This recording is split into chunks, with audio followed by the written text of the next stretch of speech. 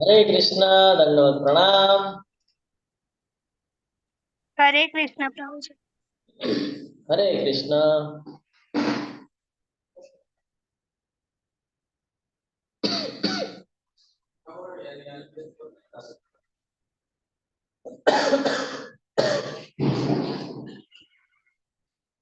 તમારું બધાનું ખૂબ ખૂબ સ્વાગત છે ઇસ્કોન બેંગ્લોર તરફથી ભગવદ ગીતાના કોર્સમાં સેકન્ડ લાસ્ટ ડે 17મો અધ્યાય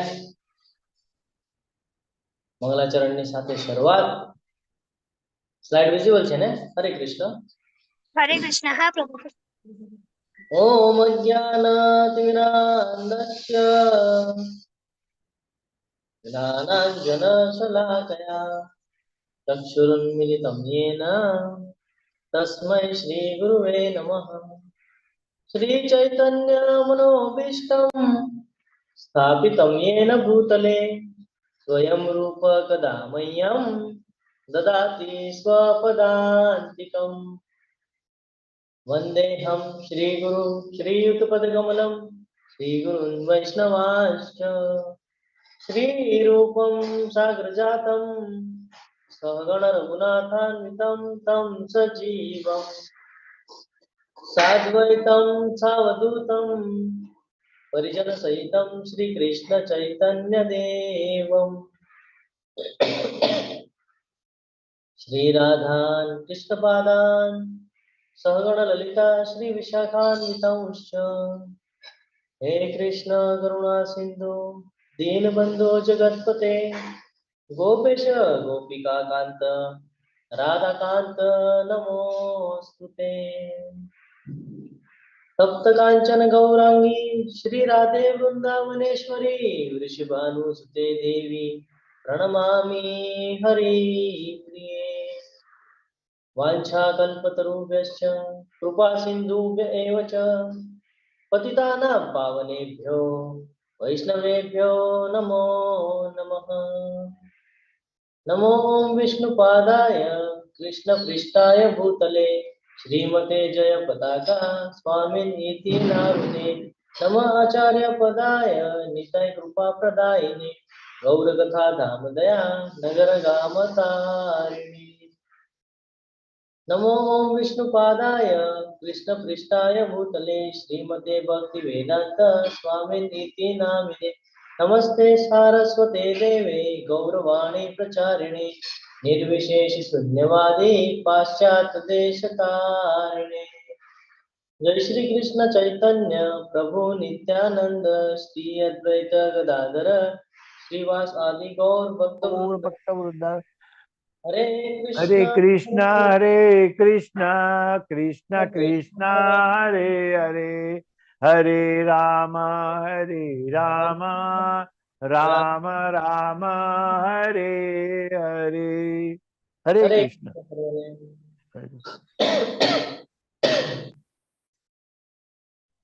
हरे कृष्ण प्रभु जी। हरे कृष्ण। प्रणाम। दंडवत प्रणाम। सेकंड लास्ट डे છે ખૂબ સરસ અધ્યાય। લગભગ જ્ઞાનની પૂર્તિ આપણામાં થઈ ગઈ છે અને હવે એક નાનકડો ટોપિક બાકી હતો એટલે ભગવાને 17મા અધ્યાયમાં એને પણ લઈ લીધો છે કે કાંઈ છૂટવું ન જોઈએ, કોઈ જ બાબત છૂટી ન જવી જોઈએ, એટલા માટે એ પણ એમાં ઇન્ક્લુડ કરી દીધું છે। કયો છે અધ્યાય? તો કે શ્રદ્ધાના વિભાગો। અને પહેલા આપણે બે શક્તિ જોઈ, કેવી? તો કે આસુરી અને દૈવી શક્તિ, જે દરેક મનુષ્યમાં આપણને જોવા મળે છે। કેવી રીતે બચવાનું છે એનું જ્ઞાન આપણે પ્રાપ્ત કર્યું। ત્રણ માયાદેવીઓ જે છે, રજોગુણ, સત્વગુણ અને તમોગુણ, એ વિશે પણ આપણે માહિતી પ્રાપ્ત કરી અને એ જ્ઞાનના આધારે આપણે એ જાણ્યું કે ભગવત પ્રાપ્તિ કઈ રીતે થઈ શકે છે, જેનાથી આપણે બચવું જોઈએ અને એનાથી કેવી રીતે બચી શકાય છે। એવી જ રીતે આજે શ્રદ્ધાના વિભાગો, ખૂબ મહત્વનો ચેપ્ટર છે આ પણ।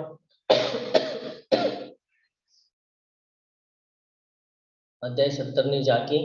સોરી, આજે થોડું તમને ડિસ્ટર્બ થશે, તબિયત થોડી વ્યવસ્થિત નથી એટલે। અનધિકૃત પૂજા વિશે અર્જુનની પૂછપરછ, કે આપણે વગર વિચારી જે પૂજા કરીએ છીએ તો એનાથી શું લાભ થાય છે? ભગવાન કૃષ્ણનો જવાબ છે 3 સ્થિતિઓ વ્યક્તિની શ્રદ્ધા અને પૂજા નક્કી કરે છે. એ જે 3 સ્થિતિઓ છે એ આ જ છે: સત્વગુણ, રજોગુણ અને તમોગુણ. અન્નના ગુણો પ્રમાણે 3 પ્રકાર. આપણે કેવું અન્ન ખાઈએ તો આપણને એનો ઇફેક્ટ કેવો મળે છે, અથવા તો કયું અન્ન શેમાં આવે છે. ફોર એક્ઝામ્પલ, આપણે જોવા જઈએ તો આપણા દિનચર્યામાં આપણે ઘણીવાર કહીએ ને કે ખાવાનો પ્રયત્ન કરતા હોઈએ 4 ટાઈમ 5 ટાઈમ, જ્યારે જ્યારે આપણને ભૂખ લાગે ત્યારે. તો એ આપણે કેવી રીતે ડાયટ રાખવાનું છે, એને કેવી રીતે હેન્ડલ કરવાનું છે, આ તમામ પ્રકારના આન્સર આપણને આ અધ્યાયમાં જાણવા મળશે. 3 સ્થિતિઓમાં યજ્ઞ, બલિદાન, યજ્ઞ અલગ અલગ પ્રકારનું યજ્ઞ કરવામાં આવતો હોય છે, એ અહીંયા આપણને ક્લિયર થશે. 3 પ્રકારની તપસ્યા, 3 સ્થિતિઓમાં તપસ્યા, 3 પ્રકારના દાન. જો હવે દાનનું અહીંયા મહત્વ આપવામાં આવેલું છે: ઓમ તત્સત, સર્વોચ્ચ અને બલિદાન, દાન તપસ્યા કરવી જોઈએ. આપણને આજના અધ્યાયમાં બધું જાણવા મળશે. હું તમને બધાને વિનંતી કરીશ, અધ્યાય નાનો છે પરંતુ સમજવા જેવો છે, તો ન સમજાય તો ફરી તમે ક્વેશ્ચન કરી શકો છો. ક્વેશ્ચન કરે છે અર્જુનજી. અહીંયા હું અનુવાદ લઉં છું, શ્લોક નથી લેતો. અર્જુને કહ્યું, હે કૃષ્ણ, જે લોકો શાસ્ત્રોના નિયમનું પાલન નહીં કરીને પોતાની કલ્પના પ્રમાણે પૂજા કરે છે, તેમની સ્થિતિ કઈ છે? તેઓ સત્વગુણી છે, રજોગુણી છે કે તમોગુણી છે? આ ક્વેશ્ચન જ્યારે આપણે સાંભળીએ છીએ, કંઈક યાદ આવે છે? શું કરી રહ્યા છે અર્જુનજી? ફરી ક્વેશ્ચન કરી રહ્યા છે. એ જ શું કરે છે? ફરીથી ક્વેશ્ચન કરે છે. જો જ્યારે તમે ભગવદ્ ગીતાનું રીડિંગ કરો તો સમજો ને, તો આપણને ખબર પડશે કે આપણને થોડા સમય પછી દરેક અધ્યાયમાં આપણને હિન્ટ અપાવે છે કે પાછલું ભૂલાઈ ન જાય ને, એટલા માટે. અહીંયા અર્જુનજી ફરીથી સેમ ક્વેશ્ચન કરે છે કે હે કૃષ્ણ, જે લોકો શાસ્ત્રોના નિયમનું પાલન નહીં કરીને પોતાની કલ્પના પ્રમાણે પૂજા કરે છે, તેમની સ્થિતિ કઈ થાય છે? તેઓ કયા ગુણમાં આવે છે? સત્વગુણમાં આવે છે, રજોગુણમાં આવે છે કે તમોગુણમાં આવે છે? ભગવાન ખૂબ સરસ રીતે આન્સર આપશે. શું કહે છે ભગવાન અહીંયા? પૂર્ણ પુરુષોત્તમ પરમેશ્વરે કહ્યું કે દેહધારી જીવ દ્વારા પ્રાપ્ત કરાયેલા પ્રકૃતિના 3 ગુણો પ્રમાણે તેમની શ્રદ્ધા 3 પ્રકારની હોઈ શકે છે. શું કે છે? દેહધારી એટલે આજે આપણું શરીર છે એ ધારણ કર્યું છે. કોણે? તો કે જીવે. તો કેવી રીતે ધારણ કર્યું છે? તો કે પ્રકૃતિના ગુણો પ્રમાણે, અને એની શ્રદ્ધા પણ એ ગુણો પ્રમાણે જ હોઈ શકે છે. તો કયા કયા ગુણ છે? તો કે સત્વગુણ, રજોગુણ અને તમોગુણ. એટલે એ લોકોની શ્રદ્ધા પણ 3 પ્રકારની હોઈ શકે છે: સત્વગુણી, રજોગુણી તથા તમોગુણી. હવે આ વિશે મારી પાસેથી સાંભળ. રાઈટ સાઈડમાં એક ચક્ર બતાવ્યું છે, કોઈ એક્સપ્લેન કરશે શું છે? હરે કૃષ્ણ.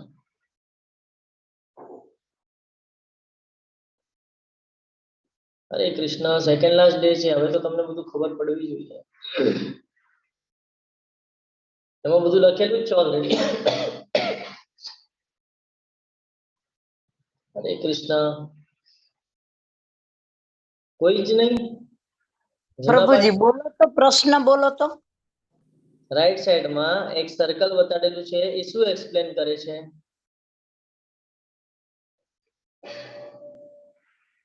હરે કૃષ્ણ પ્રભુજી. હરે કૃષ્ણ. પ્રભુ પ્રભુજી 3 ગુણોનો પ્રભાવ બતાવે છે એવું નથી પ્રભુજી? હા, બોલો બોલો બોલો. ભક્ત, જ્ઞાની અને કર્મી એ કેવા ગુણમાં હોય છે એ સમજાવ્યું છે. કોણ એક્સપ્લેન કરશે?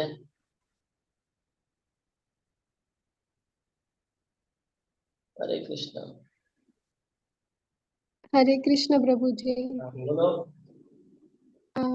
પ્રભુજી, પહેલા રજસ ગુણ છે, તો હમ. રજસ ગુણ થઈને જે લોકો કર્મ કરતા હશે તો એનામાં કામના હશે, એટલે કામના હિસાબે એઓ સ્વર્ગલોકમાં જશે. અને જેમ અત્યારે દેવો બધે ભોગ વિલાસમાં રહી રહ્યા છે અને પોતાની કામનાની પૂર્તિ કરી રહ્યા છે, એવી રીતે એ લોકોનું આગળ થશે. પછી છે સત્વગુણ. તો સત્વગુણમાં ઘણા જ્ઞાની લોકો હોય છે, તો એમને આ મુક્તિ મળશે, પણ એવું કદાચ હશે કે એમને બ્રાહ્મણનો અવતાર મળે નેક્સ્ટ જન્મમાં કદાચ. અને પછી છે શુદ્ધ સત્વ, તો એ અત્યારના જે ઇસ્કોનના ડિવોટી છે લોકો, તો એ સતત ભગવાન કૃષ્ણની ભક્તિ કરશે એકદમ પ્રેમપૂર્વક, નિસ્વાર્થ, કોઈ પણ આમ ઈચ્છા રાખ્યા વગર ફળની. એટલે પછી એમને ભગવાન ગૌલોકમાં મળશે શ્રી કૃષ્ણ ભગવાનની ભક્તિ. હરી બોલ, ખૂબ સરસ. તો આપણે જોઈએ કે જ્ઞાની પણ કહેવામાં આવેલું છે, બરાબર ને? તો એને પણ હરે કૃષ્ણ. હા બોલો પ્રભુજી. હા, હરે કૃષ્ણ. આની અંદર તમો ગુણ નથી, ખાલી શુદ્ધ સત્વ ગુણ, સત્વ ગુણ અને રજો ગુણ, બરાબર. અને એને માતાજીએ વાત કરી એમ જ કે શુદ્ધ સત્વ ગુણી છે એ ભક્તિ અને પ્રેમ દ્વારા કૃષ્ણને પામે છે, કૃષ્ણ સુધી પહોંચી જાય છે અને કૃષ્ણના ધામમાં શુદ્ધ સત્વ જ્ઞાની પહોંચી શકે છે, બરાબર. અને સત્વ ગુણી છે તે પેલા જાણે છે, પછી મુક્તિ મળે છે અને પછી બ્રાહ્મણની યોનિમાં જન્મ થાય છે. પછી રજોગુણી છે, તો રજોગુણી તો પેલા કર્મ કરે અને કામના હોય છે ને, એને તો ફળની આશા હોય, એ બધું હોય.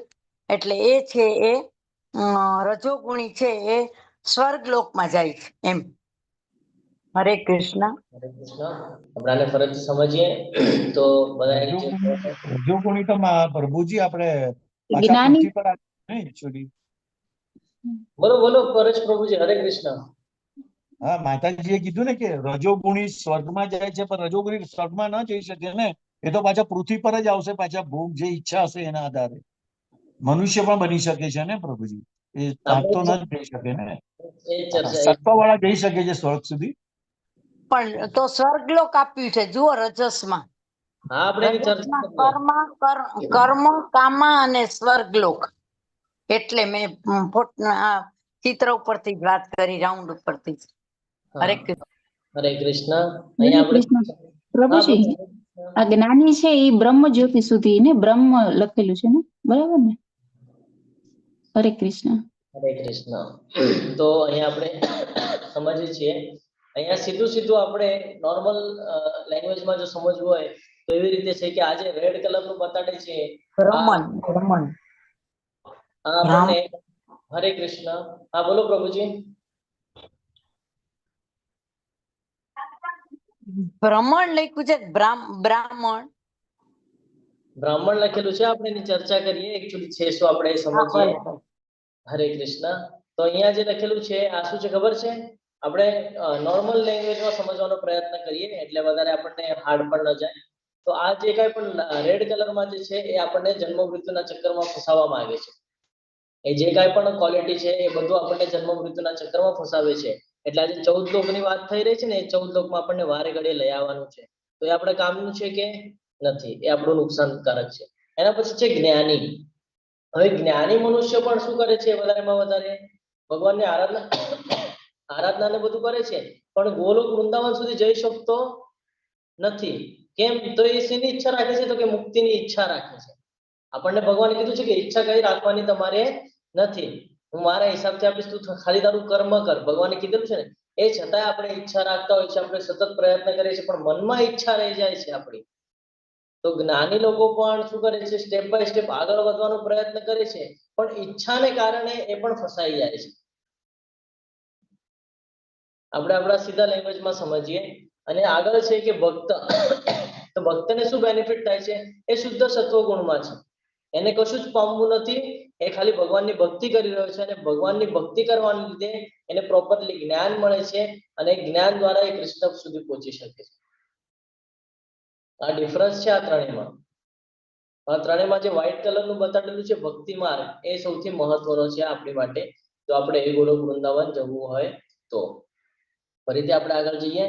હે ભરત પુત્ર, પ્રકૃતિના વિભિન્ન ગુણો હેઠળ મનુષ્યના અસ્તિત્વ પ્રમાણે તે એક વિશેષ પ્રકારની શ્રદ્ધા વિકસિત કરે છે. જીવે સ્વયં અર્જિત કરેલા ગુણો અનુસાર જ તેને અમુક વિશેષ શ્રદ્ધાયુક્ત કહેવામાં આવે છે. જેનામાં જેવા ગુણ છે એ પ્રમાણે એની શ્રદ્ધા હશે. સમજો આપણે ડેલી ભાગવતમનો ક્લાસ કરીએ છીએ, ભગવદ ગીતાનો ક્લાસ કરીએ છીએ, તો આપણા અંદરના જે ગુણ છે એ ઓબ્વિયસલી સત્વગુણ તરફના હશે. પણ હું મારા ફાયદા માટે ક્લાસ કરું છું તો પછી એ રજોગુણમાં આવી જાય છે. તો જેની જેવી આપણે કહીએ ને કે જેની પાસે જેવું નોલેજ એ પ્રમાણે એની ઈચ્છાઓ વ્યક્ત થશે અને એ પ્રમાણે આ શ્રદ્ધા વિવિધ પ્રકારની જોવા મળે છે. સત્વગુણી મનુષ્યો દેવોને પૂજે છે, રજોગુણી મનુષ્ય અસુરોની પૂજા કરે છે અને તમોગુણી લોકો ભૂત પ્રેતને પૂજે છે. આનું સીધું ઉદાહરણ એટલે જે બ્લેક મેજિક આપણે કરતા જોઈએ છે અથવા તો જે અઘોરી જોઈએ છે એ અઘોરી બધા શું કરતા હોય? તમોગુણીમાં હોય. જો તમે ક્યારે પણ અઘોરીઓને જોશો ને તો એ નશો કરે, એવું બધું કરે, તો એ બધું શું શેમાં આવે છે? તો કે તમોગુણીમાં. આ સમજવા જેવું છે. એ શું કરે છે? ફરીથી આપણે સમજીએ કે આ જે 14 લોક છે એમાં નરક લોક છે અને પાતાળ લોક છે, બરાબર ને? તો આ જે કાંઈ પણ ભૂત પ્રેત છે એ લોકોની પણ એક જગ્યા છે, એ લોકો પણ વાસ કરતા હોય છે અને જે એની પૂજા કરે છે તો એ કોની સાથે અટેચ થાય છે? ભૂત પ્રેત સાથે અટેચ થાય છે. એનો અર્થ શું કે ભૂત પ્રેત ક્યારે થાય? જ્યારે કોઈ સુસાઇડ કર્યું હોય, એવી બધી પરિસ્થિતિઓમાં ગયા હોય તો એ બધા ભૂત પ્રેત થઈ જાય છે. આપણને ગરુડ પુરાણનું નોલેજ પણ હશે જ, બરાબર છે? તો એ જ્યારે એવા યોનિઓમાં જાય છે અને આપણે જો એની પૂજા કરીએ છીએ તો ઇનડાયરેક્ટલી આપણે કોને ટચ થઈએ છીએ? એને. તો ઓબ્વિયસલી એનું પતન થયું છે તો આપણે પણ આપણું પતન કરી રહ્યા છીએ. આ હંમેશા સમજવા જેવું છે. જ્યારે કે અહીંયા કીધું છે કે સત્વગુણી મનુષ્યો દેવોને પૂજે છે, તો દેવોને પૂજશે તો પણ શું થવાનું છે? તો કે ખાલી બ્રહ્મલોક સુધી જશે, દેવલોક સુધી જશે, એથી ઉપર જશે નહીં. અહીંયા જો 3 ગુણ કીધા છે ને, એક ચોથો ગુણ છે આપણામાં, કયો? તો કે શુદ્ધ સત્વગુણ. તો શુદ્ધ સત્વગુણ આપણને ભગવત પ્રાપ્તિ કરાવવાનો છે. સત્વગુણ આપણને ભગવત પ્રાપ્તિ નથી કરાવવાનો. સત્વગુણની લિમિટ ક્યાં સુધી? તો કે 14 લોક સુધી જ છે. એ આપણને બહુ તો ઇન્દ્રલોક, ઇન્દ્રલોકથી દેવલોક, દેવલોક સુધી આપણને લઈ જશે, ત્યાંથી બ્રહ્મલોક, બસ. પણ એ બ્રહ્મલોક પણ તો દુઃખાલય એમ છે. તો આ સમજવા જેવું છે. અને જે રજોગુણી છે તો આપણને બધાને ખબર છે કે અસુરોની પૂજા કીધું છે એટલે પોતાના ફાયદા માટે કરતો હોય છે અને એ હંમેશા ચક્કરમાં ફસાયા કરે છે. અત્યારે આપણે જોઈએ છે આનું હજી એક લેટેસ્ટ ઉદાહરણ, એટલે આપણે ઘણા બધા એવા લોકો જોઈએ છે કે જે પોતાને ભગવાન માનતા હોય છે, મનુષ્યમાં જન્મ લઈને પોતાને ભગવાન સમાન બતાડતા હોય છે અને ઘણા બધા લોકો એને ભગવાન સમજીને પૂજા કરતા હોય છે. તો એ બધા અસુરોની પૂજા કર્યા સમાન થાય છે. એટલે આ જે 3 ગુણ છે, આ 3 ગુણ અલગ અલગ પ્રેઝન્ટેશન આપે છે અને અલગ અલગ રસ્તાઓ છે આના, કે જે જેવા શ્રદ્ધાથી જેને પૂજશે એ પ્રમાણે એ યોનિમાં જવાની એની તૈયારી થશે. કાલ સવારે ભૂત પ્રેતને પૂજશે તો ભૂત પ્રેતના યોનિમાં જવું પડશે. ભગવાનની આરાધના કરશે તો ભગવાનના એમાં જવું પડશે અને જો દેવોને પૂજશે તો દેવલોકમાં જવું પડશે. તો આ ડિફરન્સ છે. એટલે હંમેશા આપણે પોતાને બચાવવાનું છે અને શુદ્ધ સત્વગુણ તરફ આગળ વધવાનું છે. આગળ શું કહે છે? 5મો અને 6ઠ્ઠો શ્લોક, એમાં સમજાવવામાં આવે છે કે જે લોકો દમ તથા અહંકારને, આ શું છે? કલયુગ છે.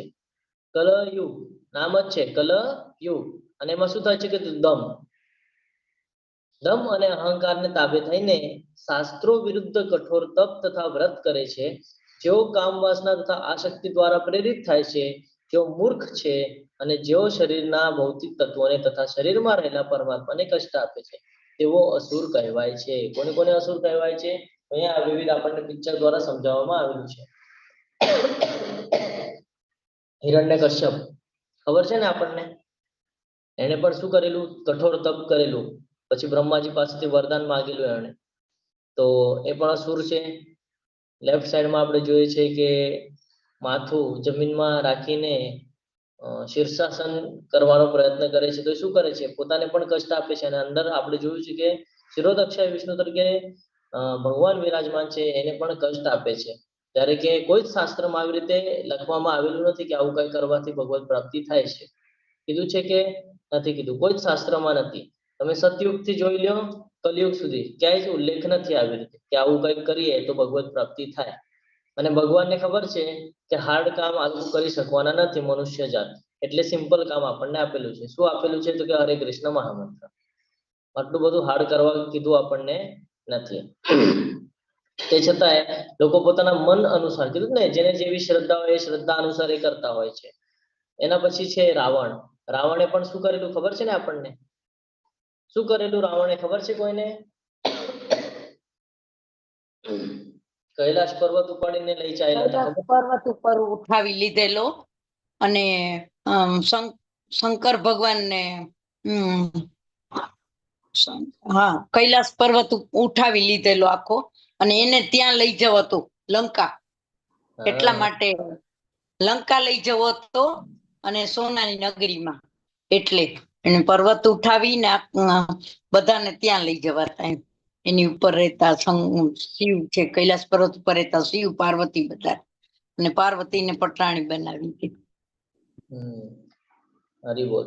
તો એ ભક્ત હતા, માન્ય છે, ભક્ત હતા ત્યાં સુધી તો યોગ્ય હતું, કાંઈ વાંધો નહોતો. પણ એમણે શું કર્યું? ગર્વના લીધે એ આખો કૈલાસ પર્વત ઉપર ને જ લઈ જવા માંગતા હતા, જે કે એ શક્ય હતું નહીં. આપણે કોઈ દિવસે એવું કરી શકીએ કે ના કરી શકીએ? તો આવું પણ શાસ્ત્રમાં ક્યાંય કીધું નથી. જે શાસ્ત્રોમાં કીધું છે એના જ નિયમોનું પાલન કરવું જોઈએ, તો ભગવત પ્રાપ્તિ થાય. આપણે આપણા મનના ઈચ્છાના અનુસાર જો આપણે કંઈ કરવા જશું તો એ આપણને કર્મના બંધનમાં બાંધી નાખે છે.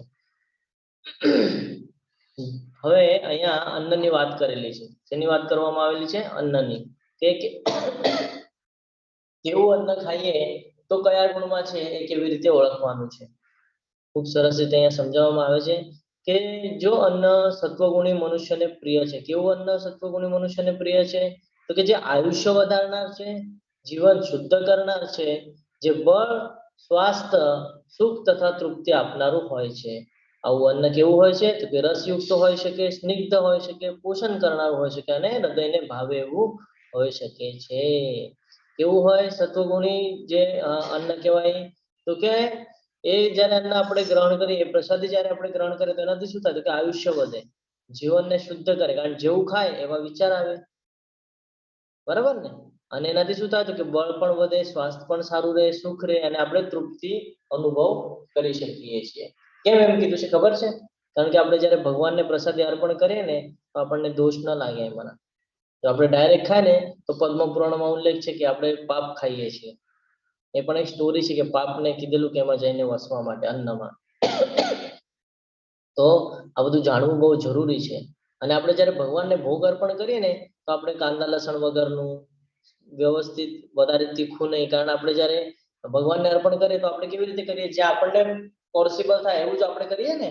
તો ભગવાન માટે પણ કેવી રીતે કરીએ? ભગવાનને જે પોસિબલ એ પ્રમાણે આપણે બનાવીએ છીએ, એ ભાવથી બનાવીએ છીએ, એ શ્રદ્ધાથી બનાવીએ છીએ. તો એ પ્રમાણેનું બનાવેલું અન્ન જ્યારે આપણે ગ્રહણ કરીએ છીએ તો એનું આપણને રિઝલ્ટ મળતું હોય છે.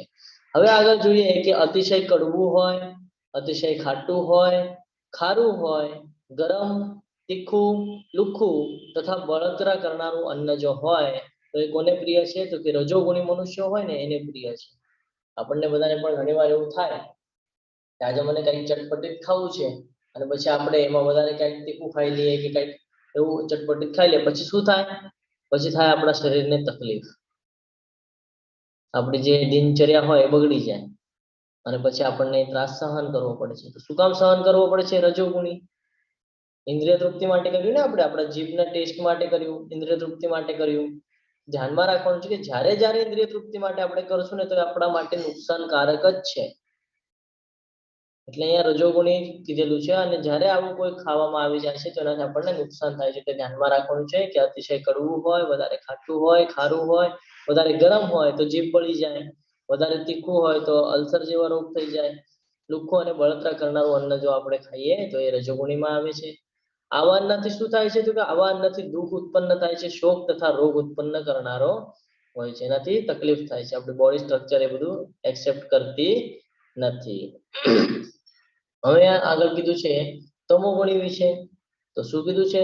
ભોજન કરવાના 3 કલાક પહેલા રાંધેલું હોય, સ્વાદહીન, બગડેલું તથા દુર્ગંધ મારતું એઠું હોય અથવા તો પછી અસ્પૃશ્ય વસ્તુઓનું બનેલું હોય તો આવું ભોજન કોને પ્રિય હોય છે? તો કે તમોગુણી મનુષ્યને પ્રિય હોય છે. અહીંયા આપણે જોઈએ કે ઘણી જગ્યાએ આપણે એમ જોતા હોઈએ છીએ કે રાતનું જે વધેલું હોય એ સવારે ગરમ કરીને ખાવામાં આવતું હોય છે. તો એ બધું આપણા શરીરને માટે હાનિકારક છે. એ તમોગુણી તરફ લઈ જવા વાળું અન્ન થઈ જાય છે. ક્લિયર કહેવામાં આવેલું છે કે ભોજન કરવાના 3 કલાક પહેલા રાંધેલું હોવું જોઈએ. એને તાજું કહેવાય છે. 3 કલાક પછી જો આપણે ખાઈએ તો એ તાજું કહેવાતું નથી. હવે અહીંયા એક ક્વેશ્ચન નિર્માણ થાય કે સવારે ટિફિન લઈને જઈએ આપણે તો બપોરના સમયે ભોજન કરતા હોઈએ છીએ. સ્ટાફ સાથે બેસીને કે જે ક્યાંય પણ આપણે વર્ક કરતા હશું ત્યાં, તો એ તો 3 કલાક પછીનું હશે. તો અહીંયા કેવી રીતે સમજવાનું છે, કોણ કહેશે? હરે કૃષ્ણ. હરે કૃષ્ણ. તુલસીનું પાન મૂકેલું હોય તો એ શુદ્ધ જ રહે છે. કૃષ્ણ. હરે કૃષ્ણ. જ્યારે આપણે ભગવાનને ભોગ અર્પણ કરીએ છીએ તો એમાંના તમામ પ્રકારના દોષ અને જે કાંઈ પણ એમાં નેગેટિવિટી હોય છે બધું ક્લિયર થઈ જાય છે, શુદ્ધ તરફ ટ્રાન્સફર થઈ જાય છે. આનું તમારે ઉદાહરણ જો જોવું હોય તો અત્યાર સુધી તમે જે ભોજન કરતા હતા, જે ભગવાનને અર્પણ કરેલું નહોતું, એનો ટેસ્ટ તમને બધાને ખબર હશે. આવતીકાલથી ભગવાનને અર્પણ કરજો અને પછી એ પ્રસાદી ગ્રહણ કરજો અને એનો ટેસ્ટનો અનુભવ લેજો. અને આવતીકાલનો અધ્યાય છેલ્લો છે, તમારે મને કહેવાનું છે કે શું ફરક દેખાવો. બંને ટેસ્ટમાં તમને ડિફરન્સ મળશે. હવે એમાં કોઈ જાદુઈ શક્તિ તો નહોતી કે એમાં પુરાઈ ગઈ, પણ આ તો ભગવાનને જ્યારે તમે અર્પણ કરો છો ને તો એમાંના તમામ દોષ નષ્ટ થઈ જાય છે. અને આ તમારે અનુભવ કરવાનો છે ને આવતીકાલે કહેવાનું છે. તો હરે કૃષ્ણ પ્રભુજી, હરે કૃષ્ણ. બોલો હું થોડુંક એડ કરવા માંગુ છું, જો સમય લઈ શકું તો. બોલો બોલો માતાજી. હવે તમે જેમ કહો છો ને, એટલે મેં જ્યારથી આ ક્લાસ શરૂ કર્યા એ પછી મેં ભગવાનને ભોગ ધરાવવાનું, સવારમાં મારે બહુ વહેલું જવાનું હોય, તમને ખ્યાલ છે હું જોબ કરું છું તો મારે બહુ વહેલું જવાનું હોય, એટલે મારે 5:30-6 ની આસપાસ કંઈક બનાવવું પડે. તો હું એમાંથી જે પણ બનાવવું પેલા ભગવાનને ધરાવું, અને મારો નિયમ છે હું આખો દિવસ કંઈ ખાતી નથી. સાંજે ઘરે આવું પછી જ જમું છું, કંઈ લઈ નથી જતી.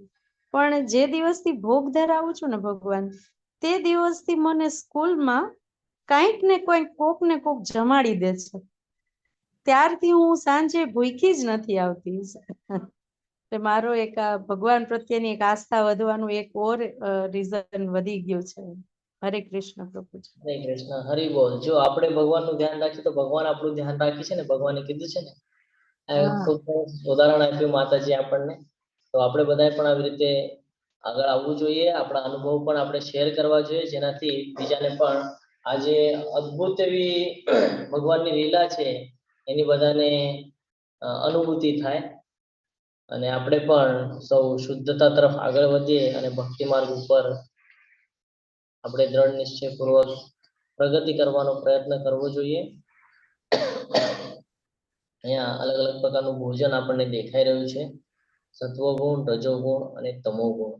આપણને અત્યારે જોઈએ નાના બાળકો જે આપણા ઘરે હોય એ લોકોને પિઝા ને એવું બધું બહુ ભાવે, પણ જે પિઝા બનાવવામાં આવે છે એનું જે કહીએ ને કે મેંદાના જે કઈ બનાવવાનું આવે છે તો એ બધું ખૂબ પહેલેથી બનાવીને રાખવામાં આવેલું હોય છે. અહીંયા તો 3 કલાકની વાત કરેલી છે, એ તો ઘણા સમય પહેલાથી હોય છે. અને અમુક પ્રકારે અમુક જગ્યાએ આપણે જે ચીઝ જોવામાં આવે છે, તો રાઈટ સાઈડનું જો તમે પિક્ચર ધ્યાનથી જોશો તો એમાં તમને કંઈક હલતું એવું નજર આવશે. જ્યારે તમે આ ચીઝને ઓલા ઉપર મૂકશો, સાયન્ટિસ્ટ લોકો ચેક કરે ને, શું કહેવાય એને, માઇક્રોસ્કોપ, એ જ કહેવાય ને માતાજી? કૃષ્ણ પ્રભુજી, હજી માઇક્રોસ્કોપ છે, એનાથી આપણે જોઈએ. હા, તો એ માઇક્રોસ્કોપ ખબર પડે છે જીવાણુ છે કે નહીં. જંતુ, બેક્ટેરિયા દેખાય. અમુક બેક્ટેરિયા આપણા શરીર માટે સારા હોય અને અમુક આપણા શરીર માટે હાનિકારક હોય. તો આ જે બેક્ટેરિયા તૈયાર થાય છે ને, જે ઈસ્ટ નાખીને કરવામાં આવેલા હોય છે, અથવા તો ચીઝ જે કહીએ છીએ આપણે, અલગ અલગ પ્રકારના ચીઝ માર્કેટમાં અવેલેબલ છે. તો બધા ચીઝમાં જે બેક્ટેરિયા છે, આ બધા બેક્ટેરિયા આપણા શરીર માટે હાનિકારક હોય છે. એટલે જ્યારે ક્યારે આપણે આવું પ્રકારનું ભોજન ખાઈએ છીએ તો તમને યાદ હશે કે કાં તો તમારા પેટમાં તકલીફ થાય છે, કાં તો તમારી દિનચર્યા બગડી જાય છે. તો બગડવાનું રીઝન શું છે? એ બગડવાનું રીઝન જ આ બેક્ટેરિયા છે. એ તમારા બોડીને મેન્ટેન કરી શકતું નથી, તમારા બોડી માટે હાનિકારક છે.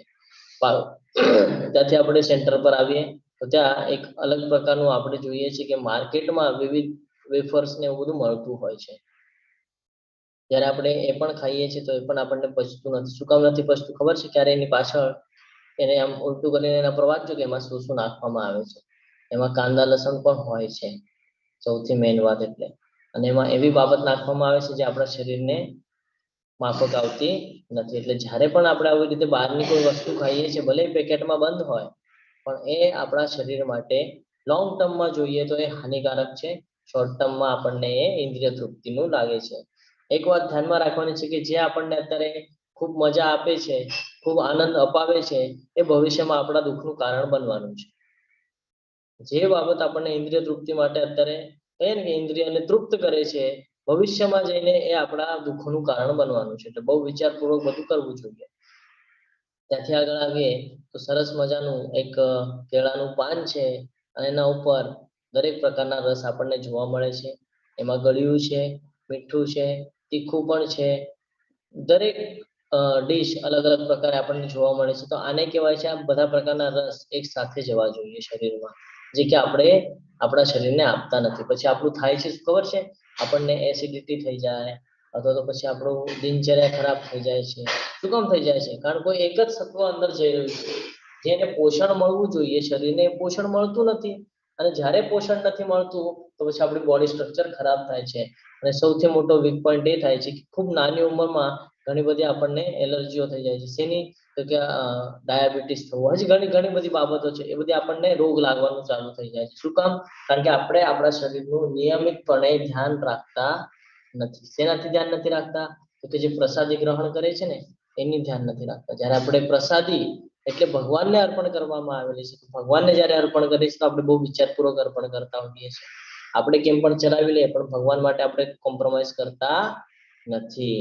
તો આ બાબત બહુ મહત્વની છે. એટલે હંમેશા કહેવામાં આવે છે કે ભગવાનને અર્પણ કરીને લેવું જોઈએ. જ્યારે આપણે ભગવાનને અર્પણ કરશું તો ઓબ્વિયસલી વિચારપૂર્વક જ અર્પણ કરશું, અને એ પ્રસાદી ગ્રહણ કરશું તો આપણા શરીરને માફક આવશે. અહીંયા સુધી ક્લિયર છે? હરે કૃષ્ણ. આગળ વધીએ. જે યજ્ઞ હરે કૃષ્ણ પ્રભુજી. હા તમે બોલો. તમે કહ્યું ને કે ભગવાનને ભોગ ધરાવીને પછી ખાવાથી શું થાય છે, તો આ તો સત્યનારાયણ નો શીરો છે. એ એમને એમ શીરો કરીને ખાઈએ છીએ રવાનો, તો એટલો ટેસ્ટ નથી આવતો. પણ જેવો ઠાકોરજીને ધરાવાય અને પછી ખાઈએ છીએ તો ખૂબ ખાવાનું મન થાય. ન ભાવતો શીરો પણ ઠાકોરજીને ધરાવેલો હોય એટલે એટલો સ્વાદિષ્ટ લાગે. આ બધો અનુભવ છે. હરે કૃષ્ણ. હરે કૃષ્ણ. જે યજ્ઞ શાસ્ત્રોક્ત વિધિ પ્રમાણે કર્તવ્ય સમજીને, શું કીધું છે? શાસ્ત્રોક્ત વિધિ પ્રમાણે, શાસ્ત્રોમાં વર્ણન કર્યા પ્રમાણે કર્તવ્ય સમજીને કરવાનું છે. ફળની ઈચ્છા રાખ્યા વગર કરવાનું છે. તો આવા લોકો કેવા કહેવાય છે? સાત્વિક કહેવાય છે. કોને કીધું છે સાત્વિક લોકો? તો જે લોકો ફળની ઈચ્છા રાખ્યા વગર કરે છે. આપણે બધા હરે કૃષ્ણ મહામંત્રના જાપ કરતા હોય છે. ઘણા બધાને મેં જોયું છે દીક્ષિત નથી તો પણ 16 રાઉન્ડ કરી રહ્યા છે. દીક્ષિત નથી તો પણ 16 રાઉન્ડ કરે છે. ઘણા બધા લોકો તો એથી વધારે કરે છે. આ શું છે? આ આપણને આપણું સ્ટેપ વધારે છે, સત્વગુણ તરફ આપણને લઈ જાય છે. તો આ બધું જે છે કે ફળની ઈચ્છા રાખ્યા વગર કરવામાં આવે, શાસ્ત્રોના નિયમ પ્રમાણે કરવામાં આવે છે, તો આ બધું આપણા માટે યોગ્ય કહેવાય છે. પરંતુ હે ભરત શ્રેષ્ઠ, જે યજ્ઞ અમુક દુન્યવી લાભ માટે કે ગર્વ ખાતર કરવામાં આવે છે, તો તેને તું રજોગુણી જાણ. કઈક ઈચ્છા થયું કે હું આમ કરીશ તો મારી માટે આમ થશે, હું આ કરીશ તો મને આ ફળ મળશે, તો એ શું છે? એ રજોગુણી છે. કેમ? તો આપણે પોતાના ફાયદા માટે કરીએ છીએ. ઘણા બધાને આપણે જોતા હોઈએ છીએ કે મંદિરમાં જાય છે, દર્શન કરે છે અને કંઈક ને કંઈક ભગવાન પાસે માંગણી કરે છે. તો મને આ અપાવી દીજે, મારી આ ઈચ્છા પૂરી કરી આપ, મારી ઓલી ઈચ્છા. એવી રીતે આપણે ભગવાન પાસે રિક્વેસ્ટ કરતા ઘણા એને જોયું છે. તો એ શું છે? એ રજોગુણી છે. કે હંમેશા ભગવાન પાસે ખાલી એક જ માંગવું જોઈએ. શું માંગવું જોઈએ ભગવાન પાસે? બીજા અધ્યાયમાં પણ જોયું છે આપણે. હરે કૃષ્ણ. હરે કૃષ્ણ પ્રભુજી. હરે કૃષ્ણ. બોલો માતા. આપણે બસ ભગવાન કૃષ્ણની અનન્ય ભક્તિ માંગવી જોઈએ. આપણે કેવું જોઈએ કે મારા માટે જે કલ્યાણકારી હોય એ મને કયો. તો આપણું કલ્યાણ કરવાનું જ્યારે આપણે આપણી જીવનની જે રસ્સી છે એ જ આપણે ભગવાનને સોંપી દેશું, તો ભગવાન પછી એનું જે રથ ચલાવવાના છે એ કોઈ દિવસે ગેરમાર્ગે જવા જ નહીં દે. તો આ બહુ મહત્વનો વિષય છે. જે યજ્ઞ શાસ્ત્રોક્ત નિર્દેશોની ઉપેક્ષા કરીને, પ્રસાદ વહેંચ્યા વિના, વેદ મંત્રોના ઉચ્ચારણ વગર, પુરોહિતોની દક્ષિણા આપ્યા વિના અને શ્રદ્ધા વગર કરવામાં આવે છે, તો આને શું કહેવાય છે? તામસી કહેવાય છે. શું કહેવાય છે? તામસી. શું કામ? કારણ કે આપણું પતન કરે છે. પતન શું કામ થાય છે? તો કે શાસ્ત્રોને આપણે માનતા નથી, શાસ્ત્રોના વિરુદ્ધમાં જઈએ છે, એટલે પહેલું પતન તો આપણું ત્યારે થવાનું છે. બીજું કીધું છે પ્રસાદ વેચ્યા વિના, એટલે આપણે જ્યારે જમીએ છીએ તો એ નોર્મલ બનાવીને જમીએ છીએ તો એ આપણને તકલીફ જ આપવાનું છે. પણ જો આપણે એને પ્રસાદ તરીકે લઈએ તો આપણને તકલીફ આપતું નથી. આગળ કીધું છે વેદ મંત્રોના ઉચ્ચારણ વગર. અહીંયા ખૂબ સરસ રીતે ઉલ્લેખ કરવામાં આવેલો છે કે વેદ મંત્રોના ઉચ્ચારણ વગર. આનો અર્થ ખબર છે શું? કે જ્યારે તમે હજી પાછલી બીજી 2-3 પેઢી જો જૂના જશો તો તમને યાદ હશે કે તમારા દાદા અથવા તો પરદાદા ઉઠે ત્યારથી લઈને કરાગ્રે વસ્તે લક્ષ્મીથી શરૂઆત કરીને સુવે ત્યાં સુધી દરેક સમય અલગ અલગ મંત્રો ઉચ્ચાર કરતા. સ્નાન કરે ત્યારે અલગ મંત્ર ઉચ્ચાર કરે, સવારે સૂર્યને અર્ઘ આપે ત્યારે અલગ ઉચ્ચારણ કરે. આવું બધું થતું પહેલા. હવે બધું ધીરે ધીરે લુપ્ત થતું દેખાય છે આપણને. હવે કોઈ કરતું પણ નથી લગભગ તો છે ને. તો આ જે કાંઈ છે આ બધું આપણને શાસ્ત્રોમાં આપેલું છે ને આ ડેલી રૂટીનમાં આ બધું આવતું, હવે આપણે નથી કરતા. એટલે કીધું છે કે વેદ મંત્રોના ઉચ્ચારણ વગર અને પુરોહિતોની દક્ષિણા આપ્યા વગર. જ્યારે આપણે કોઈ પાસેથી જ્ઞાન લઈએ, પુરોહિતોની દક્ષિણા એટલે શું છે કે જ્યારે આપણે જ્ઞાન લઈએ છીએ તો એ જ્ઞાનની પાછળ ફ્રીમાં જ્ઞાન કોઈ દિવસે આપણે લેવું ન જોઈએ. એ જ્ઞાનની પાછળ કંઈક ને કંઈક, કારણ કે જો તમે પેઢી દર પેઢી જો તમે જોશો તો જે કોઈ પણ ઋષિ મુનિઓ હતા ને એ લોકો પણ જ્યારે એમના ગુરુકુલમાં પાઠશાળામાં જ્યારે જ્ઞાન આપતા, જ્યારે બધું શીખવાડતા તો આપણને બધાને ખબર છે કે દાનમાં કંઈક ને કંઈક આપતા શિષ્ય એમને. ખબર છે એકલવ્યની સ્ટોરી યાદ છે આપણને બધાને? એમને માટીનું એમને હા હરે કૃષ્ણ પ્રભુજી, ગુરુ દક્ષિણા કહેતા એને. હા, તો એ આપતા. શું કામ આપતા? કારણ કે ફ્રીમાં કોઈ બાબત લેવાની નથી. તો ફ્રીમાં લેવું જોઈએ નહીં. ભલે આપણા પાસે યથાશક્તિ જે હોય એ પ્રમાણે આપણે દાન કરવું જોઈએ. આજે આપણને દાનનું મહત્વ પણ ખબર પડશે. તો કે છે દાન આપ્યા વિના અને શ્રદ્ધા વગર. એ પણ પાછું કેવી રીતે? તો કે શ્રદ્ધા સાથે કરવાનું છે. એમાં શ્રદ્ધા નહીં હોય તો એ તામસી કહેવાય છે, આપણું પતન કરે છે. અહીંયા એક સ્ટોરી છે, આપણે એ સ્ટોરી સમય મળશે તો લેશું પછી. પરમેશ્વર, બ્રાહ્મણો, ગુરુ તથા માતા પિતા જેવા વડીલોની પૂજા કરવી અને પવિત્રતા, સરળતા, બ્રહ્મચર્ય તથા અહિંસાનું પાલન કરવું એ શારીરિક તપ કહેવાય છે. હવે અહીંયાથી તપની શરૂઆત થાય છે કે આપણે અલગ અલગ રીતે કેવી રીતે તપ કરી શકીએ. આ નોટ ડાઉન કરવાનું છે અને આ બહુ મહત્વનું છે. અહીંયા આપણે સમજી રહ્યા છે કે પરમેશ્વર, બ્રાહ્મણો, જો કોનું આપણે આદર કરવાનો છે અહીંયા ક્લિયર કહી રહ્યા છે આપણને. પરમેશ્વર, બ્રાહ્મણો, ગુરુ, પછી એ તમામ ગુરુ હોય, શિક્ષા ગુરુ અલગ, દીક્ષા ગુરુ અલગ, આ બધા ગુરુમાં આવી જાય છે. તો એ ગુરુની પણ કોઈ દિવસે વિટંબણા થવી જોઈએ નહીં. આપણાથી ભૂલથી પણ એમને કોઈ દિવસે કાંઈ બોલાઈ જવું જોઈએ નહીં. એ આપણને કર્મના બંધનમાં બાંધે છે. અને આપણને કીધું છે શેમાં? તો કે ભક્તિ રસામૃત સિંધુમાં જે 10 અપરાધ છે, 10 નામ અપરાધ એમાં આવે છે. કોઈની અવગણના કરી તો એ નામ અપરાધમાં આવે છે. આગળ કીધું છે કે માતા પિતા જેવા વડીલોની પૂજા કરવી. આનો અર્થ શું? અત્યારની પેઢી બહુ ઓછું આવું બધું જોવા મળે છે, પણ પાછળની પેઢીનો જ્યારે આપણે વિચાર કરશું, શું કામ ઘડે પાછળની પેઢીની વાત આવે છે? કારણ ત્યારે ધર્મનો પ્રકાર અલગ હતો, અત્યારે ધર્મ અલગ પ્રકારે જોવાય છે. એ સમયે જે ધર્મ હતો એ શાસ્ત્રો પ્રમાણે ચાલતો ધર્મ હતો, અને અત્યારે જે ધર્મ છે પોતાના માટે થઈ રહેલો ધર્મ છે. આ ડિફરન્સ છે. તમે જ્યારે જૂના લોકો જોશો તો એ લોકો ક્યારેય પણ પોતાના માતા પિતાના ચરણ સ્પર્શ કર્યા વગર ઘરની બહાર પણ નીકળતા નહીં, કોઈ દિવસે ન નીકળતા. અત્યારે પણ આપણે આવી રીતે જ કરવું જોઈએ જે આપણે પરંપરા તોડી નાખી છે.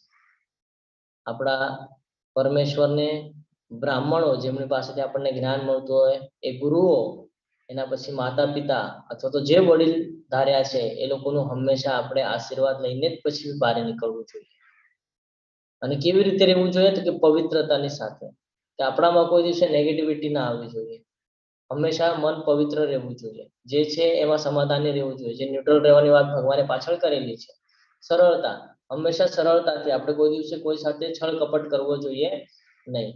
બ્રહ્મચર્ય બહુ મહત્વનું છે. આ બ્રહ્મચર્યનું પાલન, આનાથી આપણું બોડી સ્ટ્રક્ચર બહુ મેન્ટેન રહે છે. અને અહિંસાનું પાલન કરવું. આ બધું શેમાં આવે છે? તો કે આ બધું શરીરનું તપ છે, શરીર દ્વારા કરવામાં આવે છે ને, એટલે આને કહે છે કે આ બધું શરીરનું તપ છે. હવે કે છે વાણીનું તપ. તો શું કે છે અહીંયા? સત્ય, પ્રિય લાગે એવા હિતાવહ અને બીજાને ઉદ્વેગ ન પમાડનારા વચનો બોલવા તથા વૈદિક ગ્રંથોનો નિત્ય પાઠ કરતા રહેવું, આ બધું વાણીનું તપ છે. મોટાથી થાય છે ને, વાણીનું તપ છે. આપણને આના ઉપર જ કંટ્રોલ લાવવાની જરૂરત છે. કેમ? તો કે આપણે કોઈને હંમેશા, આપણને પોતાને ખબર છે કે આપણે કેટલું સાચું બોલે છે અને કેટલું ખોટું બોલે છે પોતાના હિત માટે થઈને. તો અહીંયા કે છે કે સત્ય, હંમેશા સત્ય બોલવું જોઈએ. પછી કોઈ પણ બાબતમાં હોય, સત્ય બોલવામાં આપણે અચકાવવું જોઈએ નહીં. બીજું તો કે બોલતા વખતે વિચારપૂર્વક બોલવાનું છે. બીજાને પ્રિય લાગે એવા બોલવાના છે. ત્યારે પણ આપણે સામેવાળા સાથે વાત કરીએ તો એને પ્રિય લાગે એવી રીતે. કેમ? તો આપણને જો કોઈ કંઈક બોલી જાય તો આપણને સહન થાય છે કે નથી થતું? તો સામેવાળાના હૃદયમાં પણ શિરોધક્ષય વિષ્ણુ છે, એનું પણ મન દુખશે, તો તમે કર્મના બંધનમાં બંધાઈ જશો. એટલે કે છે કે પ્રિય લાગે એવા, હિતાવ કે એમાં એનું હિત હોવું જોઈએ, એનું નુકસાન થવું જોઈએ નહીં. અને બીજાને ઉદ્વેગ ન પમાડનારા વચનો બોલવા, અને એની સાથે જ શું કીધું છે કે વૈદિક ગ્રંથોનો નિત્ય પાઠ કરવો. આપણે આગળ ભાગવતમ છે, ભગવદ ગીતા છે, ચૈતન્ય ચરિતામૃત છે, કૃષ્ણ પૂર્ણ પુરુષોત્તમ છે, ભક્તિ રસામૃત સિંધુ છે, અસંખ્ય એટલી આપણે આગળ કહીએ ને કે જ્ઞાનની ગંગા છે, પણ આપણે એમાં સ્નાન જ નથી કરતા. તો એનો નિત્ય પાઠ કરવો જોઈએ. રોજ આપણને જે કાંઈ પણ સમય મળે, ઓછામાં ઓછો આપણે 30 મિનિટ અને વધારેમાં વધારે આપણને જેટલું પોસિબલ થાય એટલું આપણે રીડિંગ કરવું જોઈએ.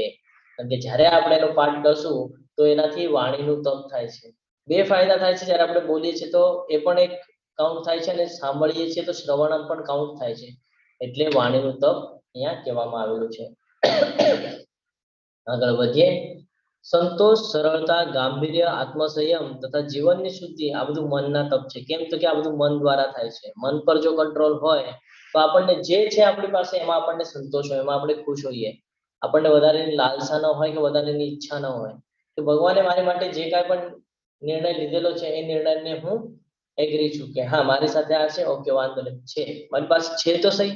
હંમેશા વિચાર એવો કરવો જોઈએ કે ભગવાને આપણને જે કાંઈ પણ આપ્યું છે આ જ સૃષ્ટિમાં આપણી સાથે જ રહેતા અમુક લોકોને તો એ પણ નથી મળ્યું, તો પણ એ લોકો ખુશ છે. તો એના ઉપરથી આપણે આપણી ઓલી જોવી જોઈએ કે એ લોકો એ લેવલ પર ખુશ છે, આપણી પાસે તો એના કરતા ઘણું સારું છે, તો પણ આપણે ખુશ હોતા નથી. આગળ કીધું છે કે ગાંભીર્ય, દરેક બાબત આપણે મજાકના થ્રુ ન લેવી જોઈએ. હંમેશા એનું ગાંભીર્ય હોવું જોઈએ કે આપણે કોણ છીએ, ભગવાન કોણ છે, આપણે શા માટે આવ્યા છીએ, આપણે શું કરવાનું છે, આનું ગાંભીર્ય હોવું ઘણું જરૂરી છે. તેવું નથી કે આવતીકાલે છેલ્લો ક્લાસ છે અને પૂરો થઈ ગયો પછી બધું ભૂલી ગયા, એવું થવું જોઈએ નહીં. આત્મસંયમ, આટલું બધું કરતાની સાથે શું કામ મહત્વનું છે આત્મસંયમ? કે પોતા પર કંટ્રોલ હશે ને તો આ બધું થઈ શકશે. પોતા પર કંટ્રોલ નહીં હોય ને તો આમાંની કોઈ બાબત આપણાથી થઈ શકવાની નથી. અને જીવનની શુદ્ધિ, જીવનની શુદ્ધિ શું છે કે આ જે કાંઈ પણ આપણને એ શાસ્ત્રોમાં નિયમો કીધા છે, આ બધા નિયમોનું કાટકોરપણે પાલન કરવું એ જ આપણા જીવનની શુદ્ધિ છે. જે કાંઈ પણ આપણને બીજા ચેપ્ટર થી લઈને 18મા ચેપ્ટર સુધી જે કાંઈ પણ જ્ઞાન મળી રહ્યું છે આનું પાલન કરવું એ જ જીવનની શુદ્ધિ છે. તો આ બધું કરતા વખતે જે કાંઈ પણ કર્મ થાય છે બધું શું છે? તો કે મનનું તપ છે, આપણું મન દ્વારા થયેલું તપ છે. દુન્યવી લાભની ઈચ્છા ન કરનારા તથા કેવળ પરમેશ્વરમાં જ પરોવાયેલા મનુષ્ય દ્વારા દિવ્ય શ્રદ્ધાપૂર્વક કરેલું એ 3 પ્રકારનું તપ સાત્વિક કહેવાય છે. કયું કે છે? તો કે દુન્યવી લાભની ઈચ્છા ન કરનારા, એટલે કોઈ ફળની ઈચ્છા ન રાખનારા. પણ કેવું? તો કે કેવળ પરમેશ્વરમાં જ પરોવાયેલા, જે કાંઈ પણ કરે એમાં ભગવાનને ઇન્વોલ્વ કરી દે છે, તો એ દિવ્ય શ્રદ્ધાપૂર્વક કરેલું કેવું હોવું જોઈએ, તો એ સાત્વિક કહેવાય છે. જેવી રીતે અહીંયા કહેવામાં આવેલું છે કે વિવિધ તીર્થ ક્ષેત્રની આપણે પરિક્રમા કરતા હોઈએ છીએ, દર્શન માટે જતા હોઈએ છીએ, તો આ બધું ફરવા માટે જતા હોઈએ છીએ કે આપણે નહીં, આપણે દર્શન માટે જતા હોઈએ છીએ, તો આપણે એ પ્રમાણે જવું જોઈએ. પણ અત્યારના જમાનામાં લોકો શું કરે છે કે ટેમ્પલમાં પણ શું કામ જાય છે? તો કે ફરવા માટે જાય છે, એટલે ઇન્દ્રિય તૃપ્તિ માટે જઈ રહ્યા છે. તો એ આપણા નુકસાનનું કારણ બને છે. હંમેશા શેની માટે જવું જોઈએ? ભક્તિ વધારવા માટે જવું જોઈએ. ત્યાંનો જે મહિમા છે એ મહિમા આપણે સમજવો જોઈએ અને જીવનમાં એનાથી પ્રેરિત થઈને ભક્તિ માર્ગ પર આપણે દ્રઢ નિશ્ચયપૂર્વક આગળ વધવું જોઈએ. અહીંયા વૃંદાવન છે, ગોવર્ધન છે, માયાપુર છે. હું તમને બધાને વિનંતી કરીશ કે તમે બાકીના જે તીર્થ ક્ષેત્ર છે ત્યાં ગયા હશો, પણ એકવાર માયાપુર જઈને આવજો. માયાપુરમાં જ્યારે તમે નવદ્વીપ ફરશો ને તો તમને ખબર પડશે ચૈતન્ય મહાપ્રભુ વિશે. જ્યારે તમે ત્યાંનું ઇસ્કોનનું ટેમ્પલ જોશો ને તો તમને ખબર પડશે કે આપણા હિન્દુ ધર્મમાં સૌથી મોટું ટેમ્પલ અને આખા દુનિયામાં સૌથી મોટું ટેમ્પલ આ માયાપુરનું ટેમ્પલ છે. સવારે થતી મંગળા આરતી અટેન્ડ કરજો, એ અનુભવ જ એક અલગ છે. ત્યાંનું વાતાવરણ, આજુબાજુ ભક્તિમય. તમે ક્યાંયથી બી ચાલતા જશો ને તો તમને ઇસ્કોનના ડિવોટીસ દેખાશે એકદમ આજુબાજુ, અને સવારમાં મસ્ત ઢોલક ને બધું લઈને એકદમ પ્રફુલ્લિત થઈને બધા એનર્જેટિક દેખાશે તમને. અને એ આપણા કાન પર પડે. તમે વિચાર કરો, તમારી સવારે જ ભગવાનના ભક્તિ સાથે શરૂઆત થાય છે અને રાતનું અંધારું પણ ભક્તિ સાથે પૂર્ણ થાય છે. હવે જ્યારે આખો દિવસ ભક્તિ ભક્તિ ભક્તિ ભક્તિ સંભળાશે તો વિચાર કરો કે ક્યાં આપણું પતન થવાનું છે. એટલે એકવાર માયાપુરના દર્શન અવશ્ય કરવા. જો હું શું કામ કહું છું, હું જઈને આવ્યો છું, મેં જોયું છે એટલે હું તમને શેર કરી શકું છું. જે તપ દંભપૂર્વક તથા સત્કાર સન્માન તેમજ પૂજા પામવા માટે કરવામાં આવે છે તે રાજસી એટલે કે રજોગુણી કહેવાય છે. તે ચંચળ તથા અશાશ્વત હોય છે. કેવું હોય છે? ચંચળ. આપણું મન જેમ ચંચળ છે એમ એ પણ ચંચળ અને અશાશ્વત હોય છે. એટલે આપણને કર્મના બંધનમાં બાંધી આપણને જન્મ મૃત્યુના ચક્કરમાં ફસાવે છે. કોઈ દિવસે કોઈ પાસેથી કોઈ અપેક્ષા રાખવાની નથી કે સામેવાળા મારું સન્માન કરવું જોઈએ, મારો સત્કાર કરવો જોઈએ, આવું બધું રાખવાનું નથી કોઈ દિવસે. આપણે એ લાયક નથી એમ જ સમજવાનું છે. આપણે અહીંયા ખાલી શેની માટે આવ્યા છીએ? ભૂલથી અહીંયા ફસાઈ ગયા છીએ. આ દલદલમાંથી, આ જેલમાંથી આપણે છૂટવાનું છે અને ભગવત પ્રાપ્તિ કરવાની છે. તો એની માટેનું જે મહત્વનું છે એમાં આપણે ધ્યાન આપવાનું છે, ના કે કોઈ પાસેથી સન્માનની કે સત્કારની અપેક્ષા આપણે રાખવાની છે. આગળ કે છે, મૂર્ખામીને વશ થઈ આત્મોત્પન્ન માટે અથવા બીજાઓનો વિનાશ કરવા માટે કે હાનિ પહોંચાડવા માટે જે તપ કરવામાં આવે છે તો તે તમોગુણ વાળું જાણ. સામે વાળો મને આવું બોલ્યો એટલે હવે હું એનો બદલો લઈશ, તો આપણું નુકસાન છે. કારણ આપણે કર્મના બંધનમાં બંધાય છે. કેટલા? તો કે આપણે મનથી વિચાર કર્યો તો મનથી પણ કર્મના બંધનમાં બંધાઈ ગયા. મોઢાથી બોલ્યા તો એમાંથી પણ કર્મના બંધનમાં બંધાઈ ગયા. અને જ્યારે આપણે એ એક્ટિવિટી કરશું તો એ પણ કર્મના બંધનમાં બાંધશે. એટલે ઓવરઓલ જોવા જઈએ તો બધું કર્મના બંધનમાં આપણને બાંધી નાખશે, જે તમોગુણમાં ગણાય છે અને આપણો હંમેશા વિનાશનું કારણ બને છે. એટલે બહુ વિચારપૂર્વક આપણે આ બધા જે તપ છે આ બધા તપ કરવા જોઈએ. જે દાનનું મહત્વ છે. હવે અહીંયા જે દાન પણ કેવી રીતે કરવાનું છે? તો કે કર્તવ્ય સમજીને. એવું નથી કે મનમાં ઈચ્છા નથી તો પણ હું દાન કરું છું. કર્તવ્ય સમજીને, કોઈ બદલાની આશા વિના કે હું આ દાન કરીશ તો કાલ સવારે મને એનું ડબલ મળશે, તો એ દાન યોગ્ય ગણાશે નહીં. કેવી રીતે? તો કે બદલાની આશા રાખ્યા વિના. ક્યાં આપવું જોઈએ? તો કે યોગ્ય સ્થાને. ક્યાં? તો કે યોગ્ય સમયે. અને કોને? તો કે સુપાત્ર વ્યક્તિને અપાય છે તો તે સાત્વિક દાન ગણાય છે. દાન કેવું આપવું, ક્યાં આપવું, કેવી રીતે આપવું, આ બધું બહુ મહત્વનું છે. અને કોને આપવું, આ બધું બહુ મહત્વનું છે. આપણે અહીંયા પહેલા સમજી લઈએ પછી આગળ વધીએ કે જ્યારે આપણે કોઈને પણ દાન આપીએ છીએ, ફોર એક્ઝામ્પલ કોઈ આપણે આગળ મદદ માંગે તો આપણે એને પૂછ્યા વગર, જાણ્યા વગર એને મદદ કરી દેતા હોય છે. ઘણી વાર એવું થાય કે કોઈક આપણે આગળ મૂડી પૈસાની અપેક્ષા રાખ્યા તો માંગતું હોય છે, આપણી પાસે હોય એ યથા પ્રમાણે આપણે એને મદદ કરતા હોઈએ છીએ. ફોર એક્ઝામ્પલ, તમારી પાસેથી કોઈ ખાવાના નામ પર પૈસા લીધા, તમે એને આપ્યા પણ, મૂડી આપી પણ, ચાલ સામેવાળો ભૂખ્યો છે, એની ભૂખ લાગી ગયા છે તો આ એને હું આપું છું, તમે સારી ભાવનાથી આપ્યું હતું. હવે એ જઈને એનું ગેરવાપર કરશે, સમજો એ પૈસાથી નશો કરે કે બીજી કોઈ બાબત કરે, તો કર્મના બંધનમાં એ નહીં ફસાય, પહેલા તો તમે ફસાશો. કારણ કે એણે જે ખરાબ કર્મ કર્યું છે ને એમાં સાથ તમારો હતો. કેમ તમારો? તો તમે કહેશો કે ના પ્રભુ, મેં તો સારા મનથી આપ્યું, પણ તમે આપ્યું ખોટા વ્યક્તિને ને, તો તમે એને હેલ્પ કરીને ખોટું કામ કરવા માટે. તો એટલા માટે કર્મના બંધનમાં એ તો ફસાશે પણ એ તમને લઈને ફસશે, એટલે તમોગુણનું છે. જ્યારે અહીંયા રાઈટ સાઈડમાં આપણને બતાવ્યું છે કે ભાગવતમ ને બુક ડિસ્ટ્રીબ્યુશન ચાલતું હોય છે, તો એનાથી શું લાભ થાય છે? તો કે એનાથી લોકોનું જીવન બદલાય છે. ઇસ્કોનમાં ઘણા બધા લોકો કહે છે કે ઇસ્કોનમાં દાન ન દેવું જોઈએ. ઇસ્કોનમાં દાન દેવાથી શું થાય છે ને એ પણ આપણે સમજી લઈએ, કારણ દાનનો વિષય ચાલુ છે. તો ફોર એક્ઝામ્પલ, તમે બીજા કોઈ પણ ટેમ્પલમાં દાન આપ્યું એક્ઝામ્પલ, તો શું થાય છે? એનું એક ટ્રસ્ટી હોય છે અને ટ્રસ્ટી એનો ઉપયોગ કરતી હોય છે. હવે આપણને ખબર છે કે એનો શું ઉપયોગ કરે છે. ઠીક છે, અમુક જગ્યાએ ખાવાનું ફ્રી છે, એટલે પ્રસાદમ ફ્રી છે, અમુક જગ્યાએ રહેવાની વ્યવસ્થા ફ્રી છે, બસ એટલું જ છે ને. એનાથી આગળ શું કોઈ પ્રકારનું જ્ઞાન વેચે છે? નથી વેચતા. તમે માર્ક કરી લેજો. અને ઇસ્કોન નું આપણે ડિફરન્સ જોઈએ તો ઇસ્કોનમાં શું લાભ થાય છે? તો ઇસ્કોનને આપણે ગણતરી કરીએ, ઇસ્કોનમાં સૌથી પહેલી વાત એટલે ત્યાં બધા ભક્તો જ હોય છે ભગવાનના, બરાબર છે. કેવા પ્રકારના ભક્તો? તો કે શુદ્ધ ભક્તો, જેમણે દીક્ષા લીધેલી છે, જે લોકો સંન્યાસ માર્ગ પર છે, એ લોકો દ્વારા વિવિધ ઠેકાણે વિવિધ ક્લાસ ચલાવવામાં આવે છે ફ્રી ઓફ કોસ્ટ. આ જે ભગવદ્ ગીતાનું જે શાસ્ત્રનું જે જ્ઞાન છે એ જ્ઞાન આપવામાં આવે છે, આવું બીજા કોઈ ટેમ્પલમાં આપવામાં આવતું નથી. આ ખાલી ઇસ્કોન દ્વારા જ આપવામાં આવે છે. હજી તો કે સમજો કાલ સવારે આપણે જઈને ત્યાં ડોનેશન આપ્યું, એક એક્ઝામ્પલ, કાલ સવારે આપણે જઈને ત્યાં ડોનેશન આપ્યું, તો એ ડોનેશન નો ઉપયોગ શું થાય છે? તો કે ત્યાં જે કાંઈ પણ ભક્તો આવે છે ને એ ભક્તોના પ્રસાદ માટેનો ઉપયોગ થાય છે, ભગવાનનો શૃંગાર હોય છે, જેમાં ફૂલો હોય છે, પ્રસાદમ હોય છે, ભગવાનના વાઘા હોય છે, આજુબાજુની જે ગૌશાળા ને એ બધું છે ત્યાં આ બધાનો ઉપયોગ કરવામાં આવે છે. એટલે તમે જે કાંઈ પણ તમારા યથા યોગ્ય પ્રમાણે જે દાન કરો છો એનો યોગ્ય વાપર થાય છે, અને ભગવાનને એ પ્રિય છે. કેમ? તો તમે એના ભક્તની સંભાળ રાખો છો. એ મૂડી ક્યાં યુઝ થાય છે? તો કે ભક્ત માટે યુઝ થાય છે. જ્યારે કે તમે બીજી જગ્યાએ ક્યાંય આપો છો દાન, તો તમને ખબર નથી હોતી કે યુઝ ક્યાં થાય છે.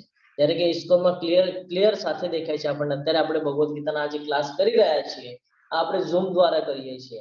ઝૂમ આપણે એપ્લિકેશન ડાઉનલોડ કરી છે, આપણી માટે ફ્રી છે, પણ જ્યારે આ ચલાવવામાં આવે છે ને આવી રીતે યુટ્યુબ લાઈવ ના રાઇટ્સ લેવા હોય ને એ બધું જ્યારે ચલાવ, તો એને છે ને પેડ કરવું પડે છે. એ ફ્રી ઓફ કોસ્ટ હોતું નથી. અત્યારે આપણી લગભગ આખા દિવસમાં 5 થી 6 વાર બેચ ચાલતી હોય છે, બરાબર ને? યુથ, એડલ્ટ, કિડ્સ બધું પકડીને. હવે આ 6 જે છે આ એક લેંગ્વેજ ની થઈ. આવી ઘણી બધી લેંગ્વેજમાં ક્લાસ ચાલે છે. એટલે વિચાર કરજો રોજના કેટલા ક્લાસ ચાલે છે. દરેક ક્લાસની એક સેપરેટ આઈડી છે.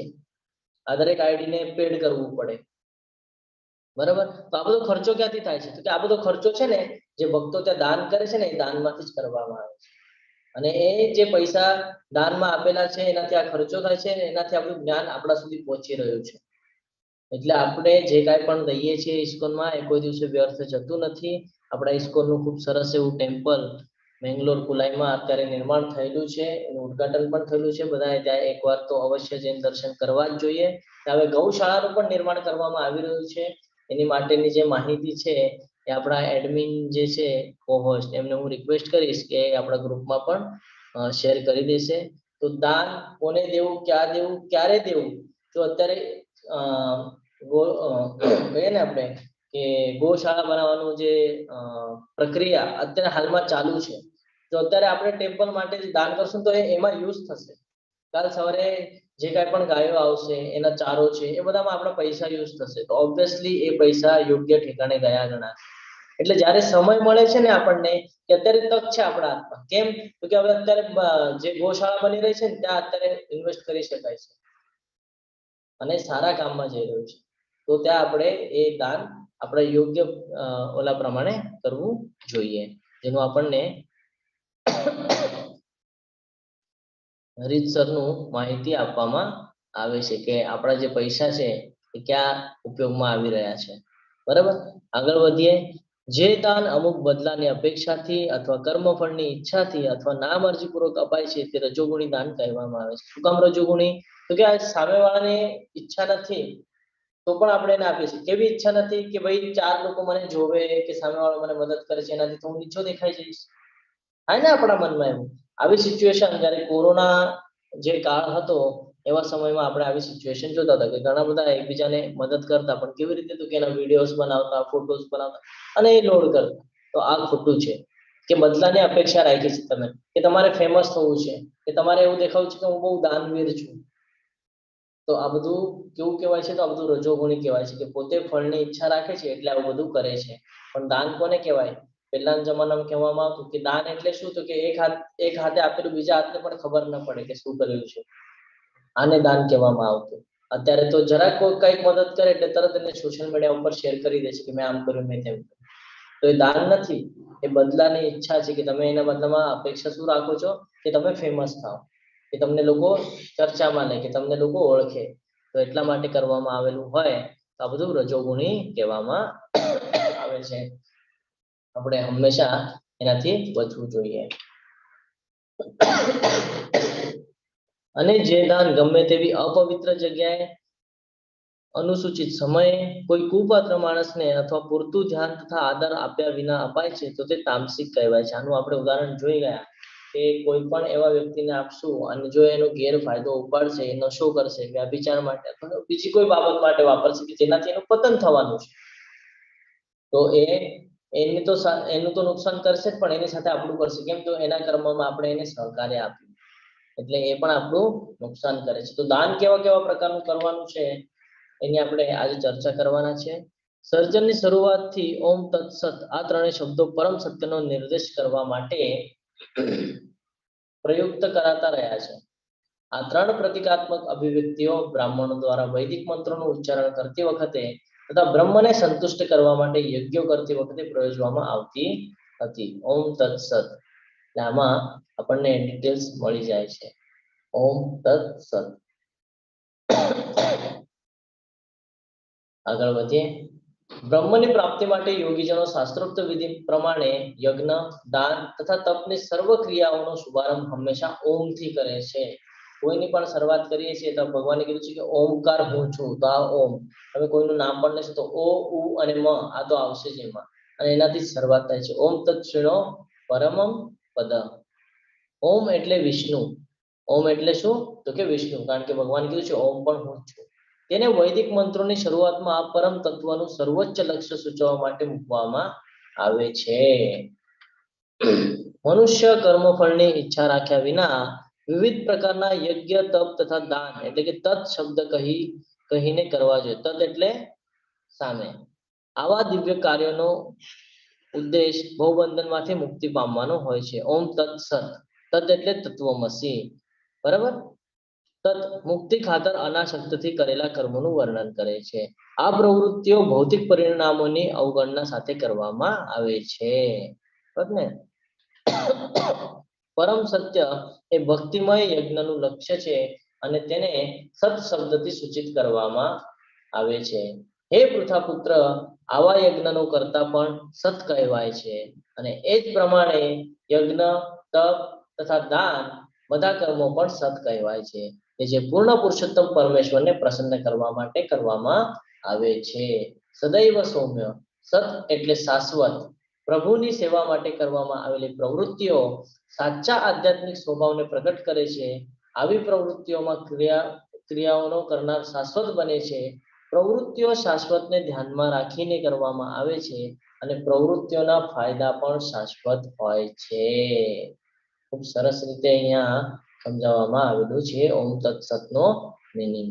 હે પાર્થ, પરમેશ્વરમાં શ્રદ્ધા વગર યજ્ઞ, દાન કે તપ રૂપે જે કંઈ કરવામાં આવે છે તે બધું ક્ષણભંગુર હોય છે, તે અસત કહેવાય છે, અને આ અસત તેમની આગામી જન્મ બંધનમાં વ્યર્થ જાય છે. એટલે તમે આ બધું કરી લેશો, પણ જો તમે શ્રદ્ધા વગર આ બધું કરશો તો આનો કોઈ જ ઉપયોગ થવાનો નથી. ફોર એક્ઝામ્પલ, હું આખો દિવસ ભગવાનની માળા કરું પણ મારી શ્રદ્ધા જ ન હોય, હું ખાલી કરવા ખાતર કરું, તો મને એનો લાભ મળવાનો જ કે નહીં મળે?